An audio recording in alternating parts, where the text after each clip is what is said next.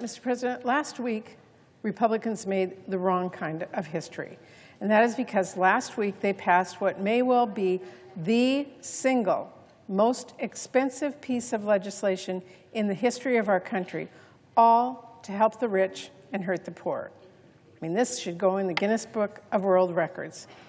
And let's not forget that history doesn't end there, because they passed the biggest bill in the history of the Senate with the biggest gimmick in the history of the Senate, basically saying that trillions of dollars in tax cuts for billionaires are free.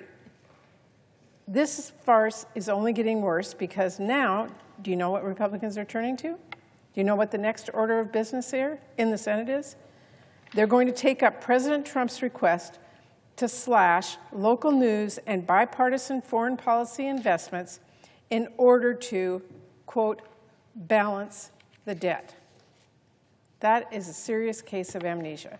Republicans just saddled the national credit card with a $4 trillion in debt, that is trillions with a T, so they could give massive tax breaks to the richest people in the country.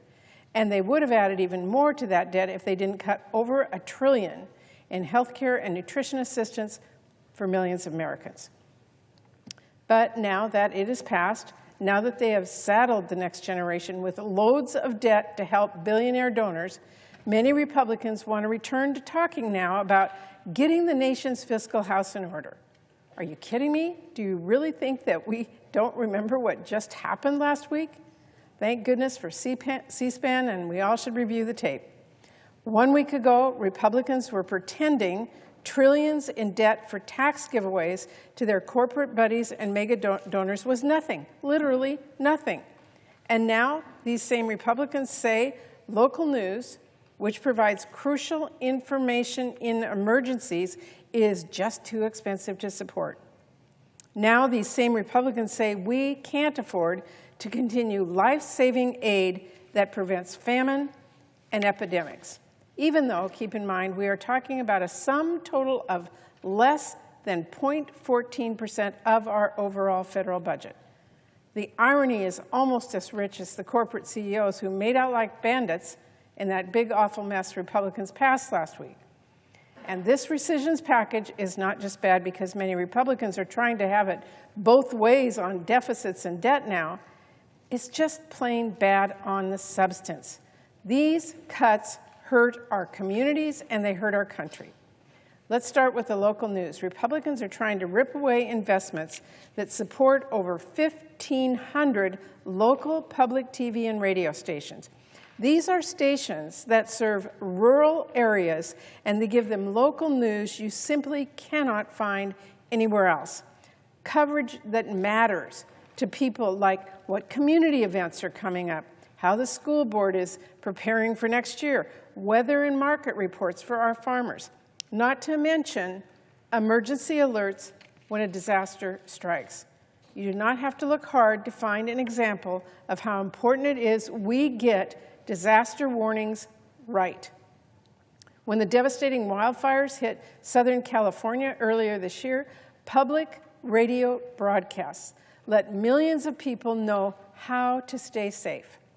When Hurricane Helene battered North Carolina, a local public radio station was the only source of information for many people.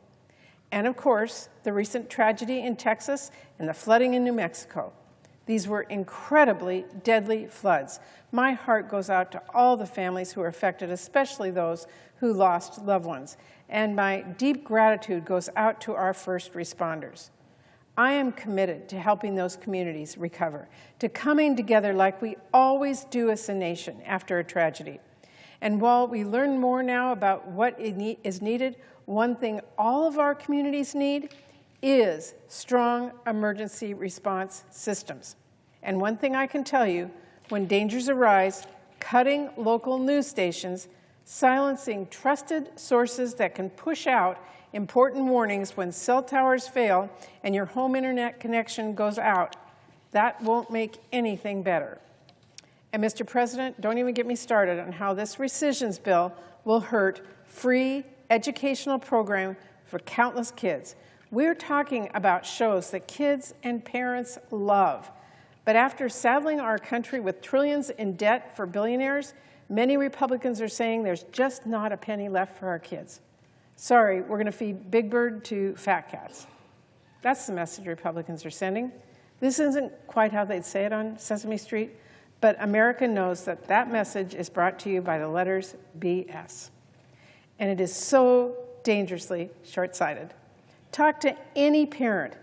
They will warn you, if Republican cuts end up canceling free, high-quality programming that is thoughtfully developed to get kids thinking and grow their curiosity, there's an alarming amount of low-quality junk to fill that void content that is instead carefully engineered to keep kids watching and shorten their attention spans.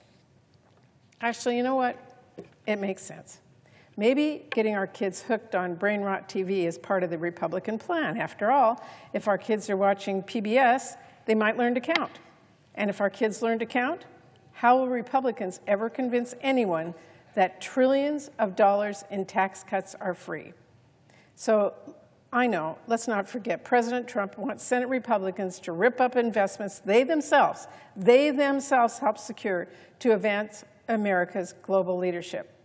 Apparently, being the leader of the free world is now just too expensive. The reality of that matter is that these investments are investments that pay off for our own country, from supporting American farmers and companies who provide the food assistance that saves lives, to stopping dangerous viruses and epidemics while they are still far overseas away from us before they have a chance to threaten American lives, to preventing conflict, avoiding chaos and crisis that can cause a dangerous spiral, to strengthening our ties with key partners and defending our interests in international organizations. We don't just make these investments because they are the right thing to do. We do it because it is the smart thing to do for America. But it's worth saying, Mr. President, it's the right thing to do as well.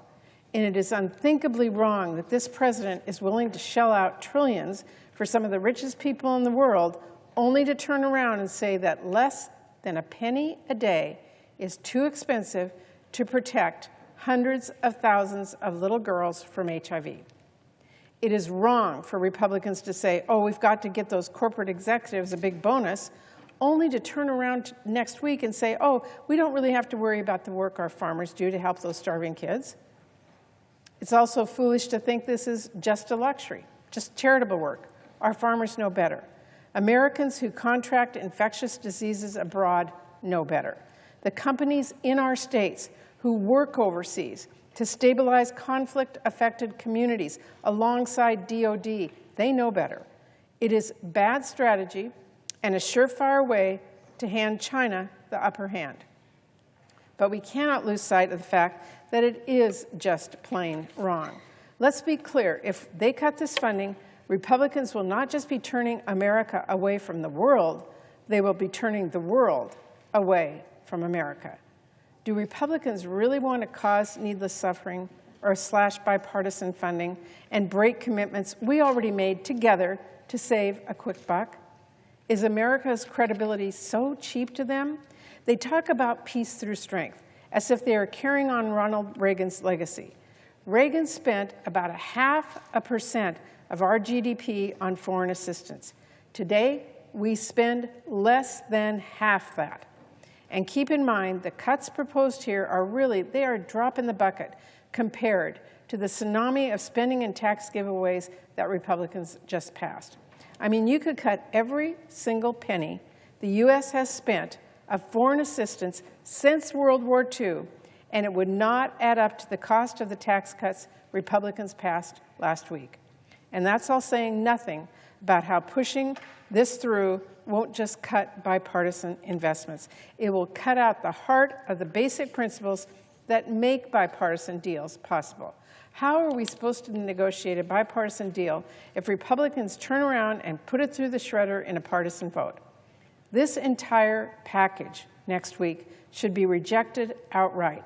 There is nothing about it that is serious except for the threat it poses to our communities. To suggest even for a second Republicans are doing this to address the debt is laughable. And I encourage the American people to laugh at anyone who pretends as much. Because you could cut the equivalent of this bill every single day for an entire year, and it still would not match the cost of the billionaire tax cuts Republicans passed last week. So to my Republican colleagues, instead of doing Trump's dirty work, instead of doing Russell votes bidding, let's do our jobs. Reject these partisan cuts to bipartisan funding. Turn our focus squarely to the job ahead, writing bipartisan full funding appropriations bills. And you know what? If there's a discrete pot of funding that is not being spent well, if there are cuts that make sense to include, if there are things that need to be updated, things that need to be reformed, let's have a conversation about what makes sense to rescind and improve as we write those bills in committee the way we've always done. My Democratic colleagues and I have said for months, we are willing to discuss rescissions in our bipartisan spending bills. We have done this in a bipartisan fashion for years, no matter who is in the White House or which party has the majority in either chamber. My commitment to Chair Collins and my colleagues on the other side of the aisle remains the same. I am willing to work with you to include rescissions in our bipartisan spending bills as we continue to work on the fiscal year 2026 process.